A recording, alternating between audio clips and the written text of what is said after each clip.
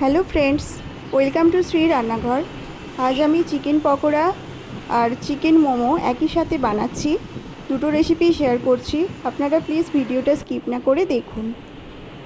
প্রথমেই আমি মাংসটাকে ছোট ছোট কিমা করে নিয়েছি, ওটা মিক্সিতে কিছুটা পেস্ট করেছি, বাকিগুলো আমি মিক্সিতে দিয়ে পেস্ট করে নেব।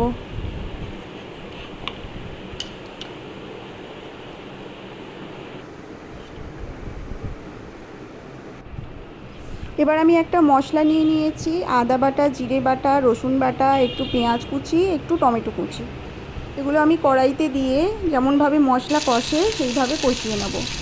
রসুনটা হালকা একটু লাল লাল হয়ে যেতে আমি সমস্ত মশলাগুলোই দিয়ে দিলাম। মশলাগুলো খুব বেশি ভাজা ভাজা করব না, হালকা একটু ভাজা ভাজা করব, যাতে মশলার যে একটা কাঁচা গন্ধ সেটা চলে যায়। সামান্য একটু লঙ্কা গুঁড়ো দিয়ে দিলাম, আর একটু হলুদ গুঁড়ো দিয়ে দিচ্ছি, আর পরিমাণ মতো নুন দিয়ে দিলাম।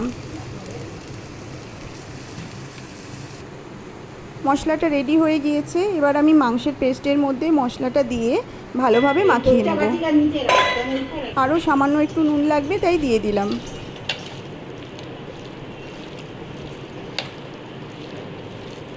মাংসের যে পুরটা সেটা রেডি হয়ে গেছে।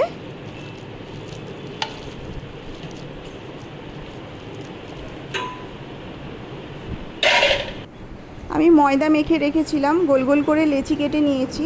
এবার আমি তেল দিয়ে লুচির মতো পাতলা করে এটা বেলে নেব। এর মধ্যে 1 চামচ মতো মাংসের যে পুরটা সেটা দিয়ে দিলাম, দিয়ে মোমো যেভাবে মোড়ে সেইভাবে মুড়ে নিচ্ছি।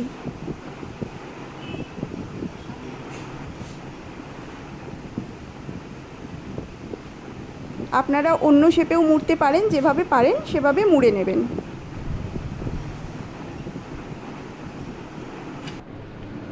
এটা হচ্ছে মোমো তৈরির হাঁড়ি, এটাই আমি পিঠেও বানাই, সব কিছুই বানানো যায়। এর আমি ভিতরের দিকে আর হাঁড়িটার পিছনের দিকে একটু তেল ভালোভাবে মাখিয়ে নেব।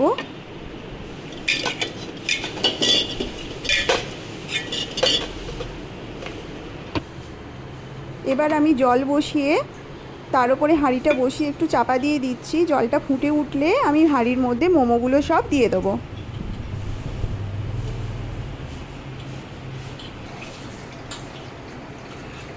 সমস্ত মোমো দিয়ে আমি 25 মিনিট মতো ঢাকা দিয়ে এটা ভাপে হতে দেব। মোমোটা হয়ে গিয়েছে, আমি একটা প্লেটের মধ্যে এটা ঢেলে নিয়েছি। খুবই সফট হয়েছে এই মোমোটা। মাংসের যে পুরটা বেশি ছিল তার মধ্যে আমি এবার কাঁচা লঙ্কা কুচি দিয়ে দিলাম।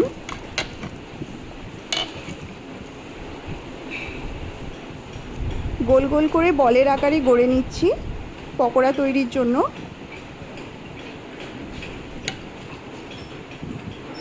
সবগুলোই মোটামুটি আমি তৈরি করে নিয়েছি। এবার আমি বিস্কুট গুঁড়িয়ে নিয়েছি আর ডিমের মধ্যে একটু নুন দিয়ে ফেটিয়ে নিয়েছি।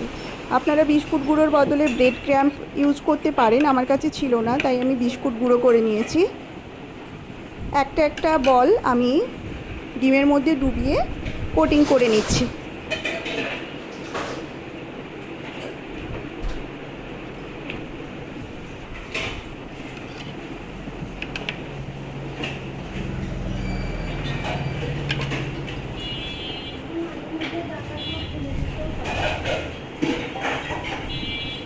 প্রত্যেকটাই আমি কোটিং করে নিচ্ছি একবার করে। সবগুলোই হয়ে গিয়েছে।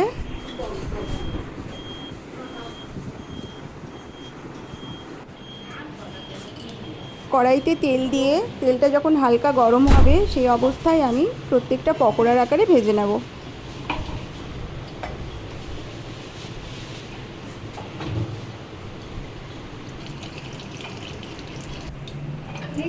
ভাজা হয়ে গিয়েছে, এবার আমি এগুলো নামিয়ে নিচ্ছি।